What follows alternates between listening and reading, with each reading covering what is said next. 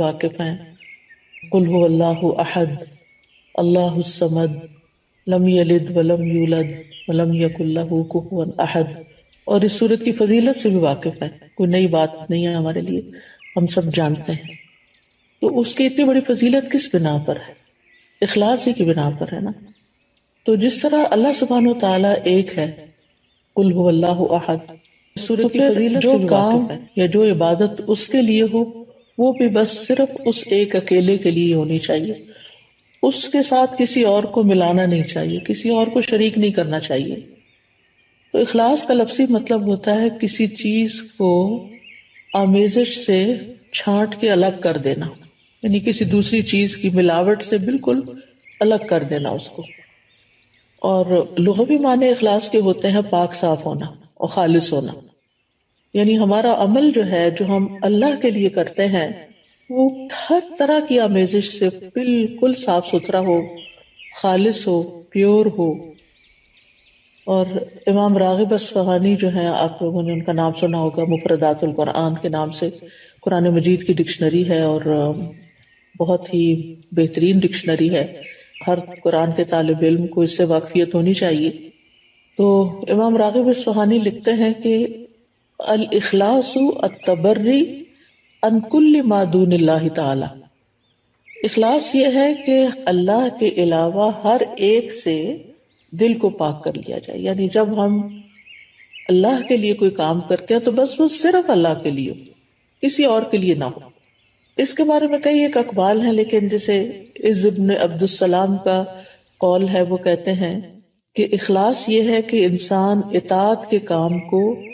اللہ اکیلے کے لیے خالص کرتے ہوئے انجام دے. کس طرح؟ وہ اس طرح کہ اس عمل کے ذریعے سے لوگوں سے اپنی تعظیم اور توقیر یعنی عزت کا ارادہ نہ کرے، یعنی کوئی اچھا کام کر کے پھر وہ لوگوں سے توقع نہ رکھے کہ اب چونکہ اس نے اچھا کام کر لیا ہے اس لیے سب اس کو عزت دیں. مثال کے طور پر اگر ایک ٹیچر ہے،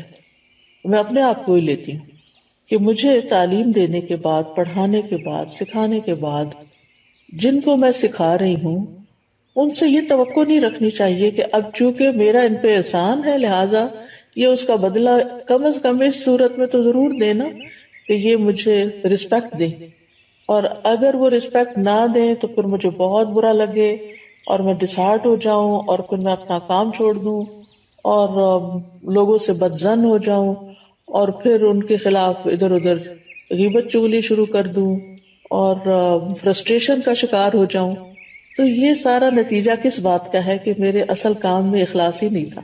تبھی تو میں اس نتیجے پہ پہنچی، اس ہلاکت کے گڑھے میں، کہ فرسٹریشن کا شکار ہوئی اور اس فرسٹریشن میں پڑھ کے پھر میں نے جس مقصد اور جس نیت اور جس جذبے اور جس بڑے بڑے ارادے کے ساتھ میں نکلی تھی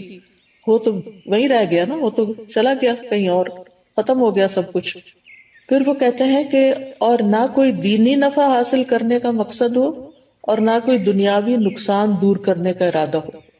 یعنی کچھ بھی اور نہ، ہر چیز ہٹا دی جائے سوائے اس کے کہ اللہ کی رضا سامنے ہو. اسی طرح یہ بھی کہا جاتا ہے کہ اخلاص کا صحیح مفہوم یہ ہے کہ انسان زندگی میں جو بھی عمل کرے اور جس سطح کی اور جس شکل کی بھی عبادت کرے، یعنی عبادت کی مختلف شکلیں ہیں نا، ایک تو نماز روزہ ہے ہی ہماری فارمل عبادت، اور ایک اس کے علاوہ جو ہے وہ جیسے امام ابن تیمیہ نے عبادت کی تعریف کی ہے نا کہ ہر قول اور ہر عمل جو ہے ظاہر ہو یا باطن ہو وہ اللہ کی تعظیم اور محبت کے ساتھ کیا جائے. یعنی جتنے بھی ہمارے ظاہری اعمال ہیں یا باطنی اعمال اگر وہ اللہ کے لیے کیے جا رہے ہیں تو ساری عبادت بن جاتے ہیں، اللہ کے بتائے ہوئے طریقے کے مطابق ہیں، اس کی رضا کے مطابق ہیں. تو بہرحال جتنی بھی عبادت کی شکلیں ہیں تو انسان کا دل اس عبادت اور عمل میں صرف اور صرف اس بات پہ مطمئن ہو کہ میں یہ عبادت صرف اللہ تعالیٰ کی رضا کے لیے کر رہا ہوں. اور اسی طرح انسان اپنے دل کو ہر طرح کے نفسانی، ظاہری، باطنی خواہشات سے پاک کرے اور اپنی ساری حرکات، سکنات اور ہمارے خیالات اور یہ جتنی بھی چیزیں ہیں ان سب میں صرف اللہ سبحانہ و تعالیٰ کی رضا مقصود ہو. یعنی ہم ایک ہاتھ بھی اٹھائیں، ہمارا مسکرانا بھی، ہمارا دیکھنا بھی، ہمارا چلنا پھرنا، یعنی جو ہی ہمارے ذہن میں یہ خیال آئے کہ فلاں مجھے دیکھ کے کہے گا واہ کیا اسمارٹ ہے یا کتنی ایکٹیو ہے یا کتنا، تو فوراً اس طرف سے توجہ ہٹا لی جائے. ایسا شخص لوگوں سے کتنا بے نیاز ہو جاتا ہے نا، لوگوں کی تعریف سے بے نیاز ہو جاتا ہے، لوگوں کی طرف سے پہنچنے والے فائدے کی توقع سے بے نیاز ہو جاتا ہے کہ یہ اس طرح میری قدر کرے گا اور اس طرح مجھے اپریشیٹ کرے گا. یہ ایسا انسان سارے چنگلوں سے ایک طرح سے آزاد ہو جاتا ہے، کیونکہ اس کی نظر صرف اللہ کی رضا پہ لگی ہوئی ہوتی ہے. اللہ سبحانہ وتعالیٰ نے قرآن مجید میں ہمیں حکم بھی دیا ہے سورۃ البینہ میں، وَمَا أُمِرُوا إِلَّا لِيَعْبُدُوا اللَّهَ مُخْلِصِينَ لَهُ الدِّينَ حُنَفَاءَ وَيُقِيمُوا الصَّلَاةَ وَيُؤْتُوا الزَّكَاةَ وَذَلِكَ دِينُ الْقَيِّمَةِ. اور انہیں اس کے سوا حکم نہیں دیا گیا کہ وہ اللہ کی عبادت کرے اس حال میں کہ اس کے لیے دین کو خالص کرنے والے، ایک طرف ہونے والے ہوں، اور نماز قائم کریں اور زکوٰۃ دیں، اور یہی درست دین ہے. وَذَلِكَ دِينُ الْقَيِّمَةِ. اسی طرح اللہ سبحانہ وتعالیٰ صرف اس عمل کو قبول کرتے ہیں جو صرف اس کے لیے ہوتا ہے. نبی صلی اللہ علیہ وسلم فرماتے ہیں کہ اللہ تعالیٰ فرماتا ہے میں بہترین شریک ہوں، پس جس نے کسی کو میرے ساتھ شریک کیا تو وہ عمل اسی شریک کے لیے ہے. یعنی کسی اور کو اگر آپ اس میں شامل کر لیں گے تو وہ عمل اس کا ہو جائے گا، اللہ تعالیٰ کے لیے نہیں ہوگا. اے لوگوں اپنے اعمال کو اللہ کے لیے خالص کرو، کیونکہ اللہ عز و جل اسی عمل کو قبول کرتا ہے جو خالص اسی کے لیے کیا جائے. اب سوال یہ پیدا ہوتا ہے کہ پھر اخلاص کے نتائج کیا ہوں گے، فوائد کیا ہوں گے، ثمرات کیا ہوں گے؟ پہلی بات تو یہ ہے کہ انسان کے اعمال قبول ہوں گے. ہم جو تھک رہے ہیں، محنت کر رہے ہیں، دن رات بھاگ دوڑ میں لگے ہوئے ہیں، ہماری زندگی کا ایک ایک لمحہ جو استعمال ہو رہا ہے، یہ سارا میزان میں ہماری حسنات میں شامل ہو جائے گا. یعنی یہ سب سے بڑا فائدہ ہے، یعنی قبولیت ہو جائے گی. کیونکہ حدیث میں آتا ہے کہ اللہ تعالیٰ صرف اس عمل کو قبول فرماتا ہے جو خالص اس کے لیے کیا جائے اور صرف اس کی رضامندی مقصود ہو. یہ سنن النسائی کی روایت ہے ابو امامہ الباہلی رضی اللہ عنہ سے. دوسرا بڑا فائدہ یہ ہوتا ہے اخلاص کا کہ انسان کو اللہ تعالیٰ کی مدد حاصل ہوتی ہے، اللہ سبحانہ تعالیٰ کی مدد حاصل ہوتی ہے، اور انسان کو ایک مضبوطی حاصل ہوتی ہے، اپنے کام میں جماؤ حاصل ہوتا ہے، ثابت قدمی آتی ہے. یعنی انسان پھر اس کام کو چھوڑتا نہیں. جیسے شروع میں نے کہا نا کہ انسان فرسٹریشن کا شکار نہیں ہوتا کہ میرا نہیں خیال مجھے یہ کام کرنا چاہیے کیونکہ کوئی مجھے نتائج نظر نہیں آ رہے، اس کے کوئی فائدہ نظر نہیں آ رہا. یہ جملے کتنے عام ہیں ہمارے روزمرہ کی گفتگو میں، حتیٰ کہ لوگ یہاں تک کہہ دیتے ہیں ابھی تک میں نے اتنا قرآن پڑھا ہے، دین پڑھا ہے، میرے عمل میں کوئی تبدیلی نہیں آئی تو میرا نہیں خیال کہ مجھے یہ کنٹینیو کرنا چاہیے. بعض اسٹوڈینٹس کہتے ہیں ہمیں یہ کورس کنٹینیو نہیں کرنا چاہیے کیونکہ ہم کچھ زیادہ تو فائدہ حاصل نہیں کر رہے. بھائی ایک ایفرٹ تو لگا رہے ہیں، ایک نیک کام میں ایفرٹ لگا رہے ہیں، اس کا فائدہ آپ کو دنیا میں ہی چاہیے اور لوگوں کو دکھانے کے لیے چاہیے کہ آپ بہت اچھے ہو چکے ہیں. اللہ کے ہاں اگر وہ قبول ہو رہا ہے اور جمع ہو رہا ہے تو وہی سب سے بڑا فائدہ ہے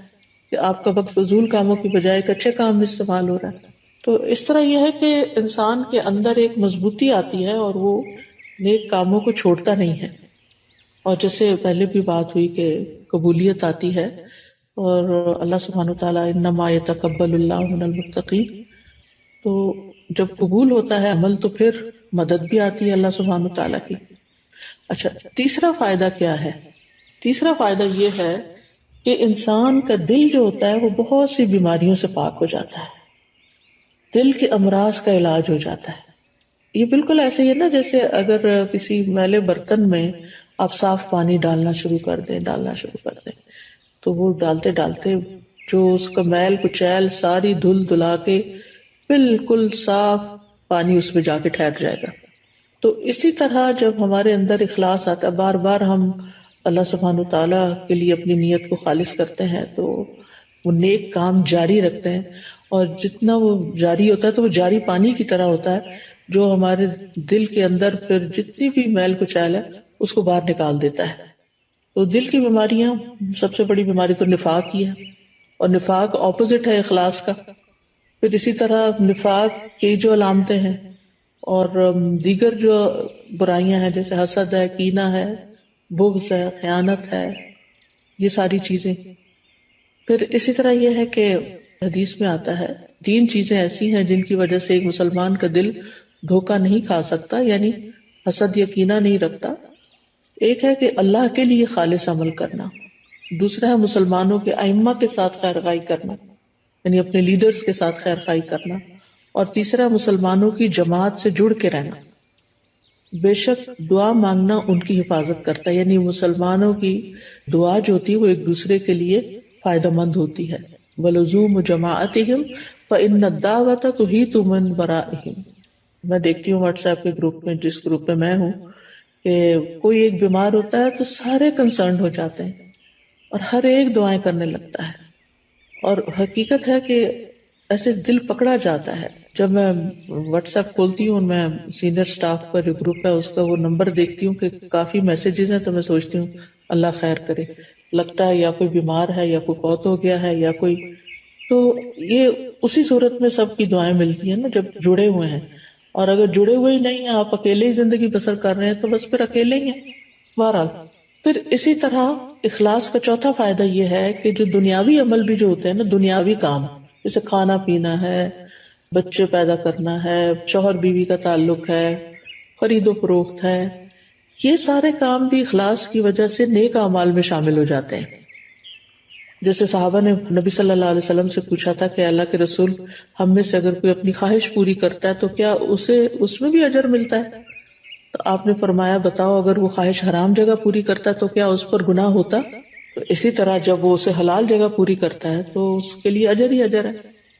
تو اس میں آپ دیکھیں کہ مثلاً آپ والدین کی خدمت کر رہے ہیں، اپنے روزمرہ کے کاموں میں آپ دیکھیں کہ کچھ کام تو آپ خالص دینی کام کر رہے ہوتے ہیں، لیکن بہت سے کام دن بھر میں دنیاوی کام بھی ہمارے روٹین میں شامل ہو جاتے ہیں، جیسے کھانا پکانا ہے، کھانا سرو کرنا ہے، برتن سمیٹنا ہے،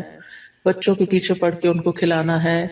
بزرگ ہیں تو ان کے چڑچڑے پن کے باوجود ان کے ساتھ خیر خائی کا معاملہ کرتے ہوئے ان کی ضروریات کا خیال رکھنا ہے، یہ سارے کام بندے کو تھکا دینے والے ہوتے ہیں، اور اینڈ آف دا ڈے پھر یا آوازیں بلند ہونے لگتی ہیں انسان کی، یا پھر